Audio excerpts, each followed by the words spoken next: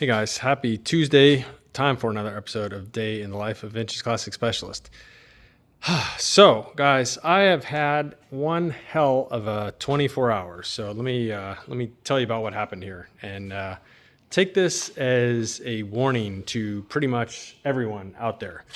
So I got a kind of fishy phone call from Verizon, while claiming to be from Verizon yesterday around the time I was leaving the shop, which was around 7.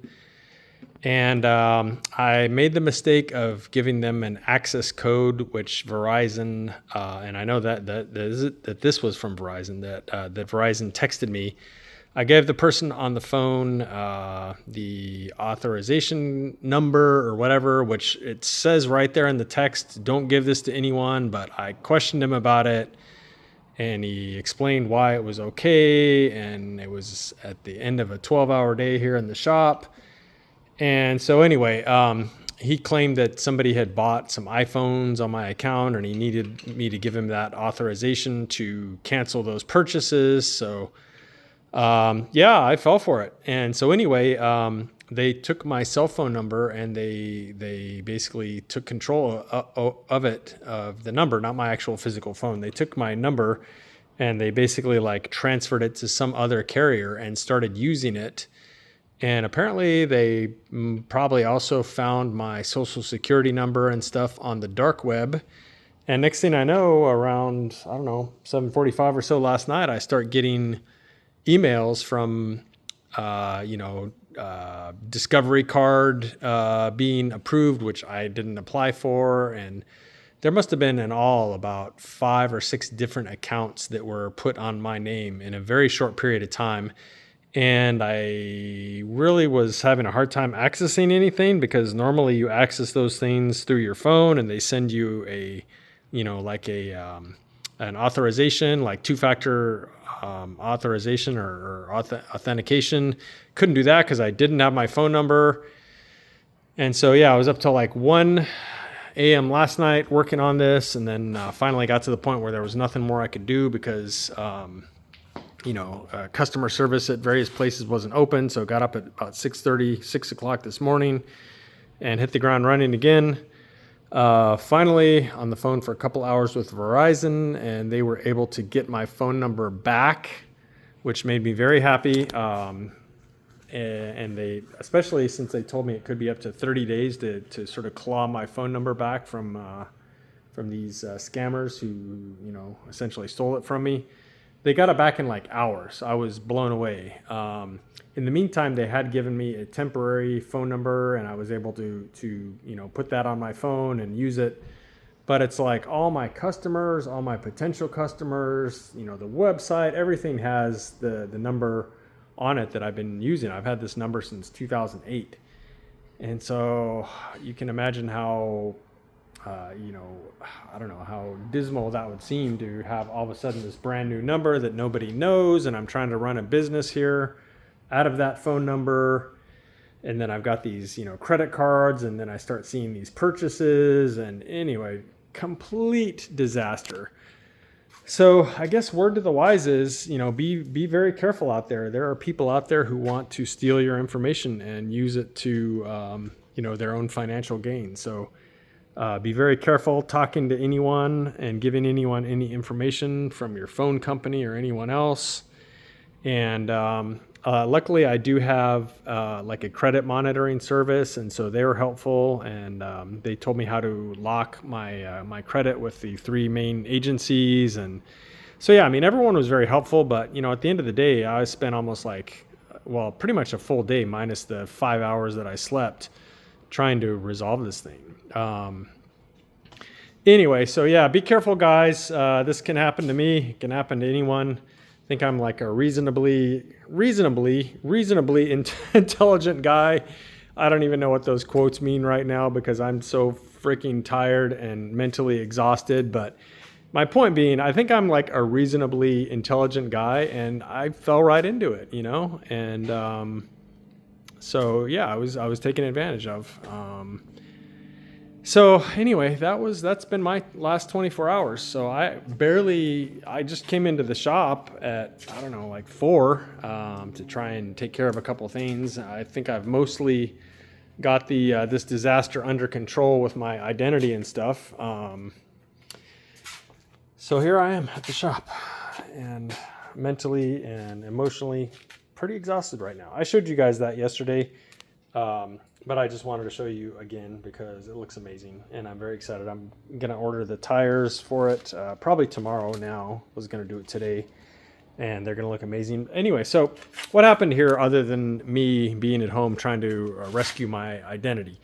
The main thing that happened, as you can see, is Rafa continued putting in the door panels on this, again from Clara, of Clara's Panels. You can look her up.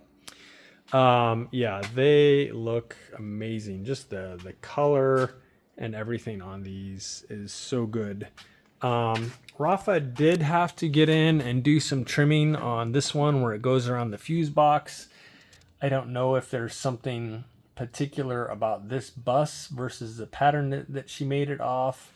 I think he had to trim this one up underneath here too, maybe. So yeah, they didn't just like go right in. It definitely took some fine tuning, but you know, I think these buses were pretty much handmade back then. And so the fact that her patterns, and this bus has had repair work and stuff done on it, you know, I'm sure it's had plenty of metal work. So, you know, I don't want to blame her, but the point being that if you buy a set of panels like this, don't necessarily expect them to just like go on there super easy. At least in our case, Rafa pretty much spent all day like fine tuning the openings on these and getting them to fit like a glove. But overall, yeah, super nice product. Again, not blaming her. It may be due to metal work that's been done on this bus or who knows, but just kind of a little tip there that if you have an early bus and you go to put these on, they may not just like slap right on there. But anyway, end results definitely worth it. I mean, look at this. So this bus, when it came in, it had some very like incorrect looking panels that were kind of black, not the right color. So yeah, now we've got it looking all correct here and pretty amazing. Rafa told me what else he did today and I wrote it down, but I'm sorry guys, I don't remember. My brain is like a giant pile of mush now after my last 24 hours. So I know he did a few other things, but I couldn't tell you what. So sorry about that.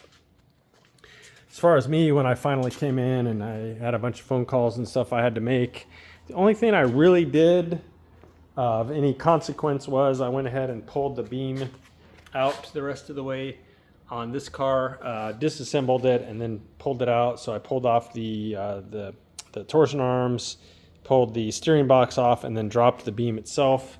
And then the torsion arms and the steering box, I spent a while cleaning up and then shot a coat of paint on them. They're outside drying right now. So while I was out today trying to fix my credit, the new beam and leaves came from Jason at Air Cooled Vintage Works. So thank you, Jason, for dropping that off. So this is that same impy one that on the cowlick bug slipped. And so you can see these teeth on here. So I'm going to be pulling these off. And I think the teeth that are actually on the beam, I think are okay. I think the problem is the teeth on this silver part here. I guess you could call it like the female part of this setup are the ones that are like very poorly defined and don't really latch in very well. So I'm going to pull these off and see if I can take like a grinder or something and make these teeth fit a little bit more positive with the grooves on here. And I think that'll probably solve the potential issue that we saw with that one, with it like literally lowering itself as he was driving it. Kind of scary. Or I may get it set up where he likes it and put some tack welds on it, like I will probably do on that one, so that there's zero chance it'll happen again.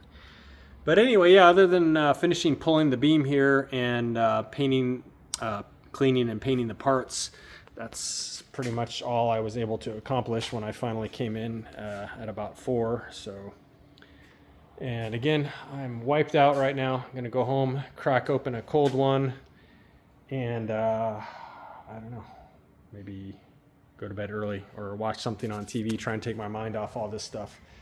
So anyway, guys, yeah, sorry for spending most of the episode talking about my my credit theft issue that I have, but I just want to warn you guys, be safe and take that sort of thing seriously, and pay the $20 a month or whatever it is for a credit monitoring service, and keep an eye on those credit reports.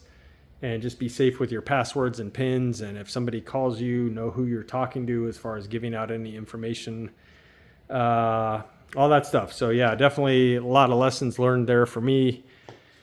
And anyway, so that is it for today, guys. Thank you very much all for watching. And we'll see you again tomorrow, hopefully with a better episode with more bitchin' Volkswagen stuff happening. Thanks again. Bye.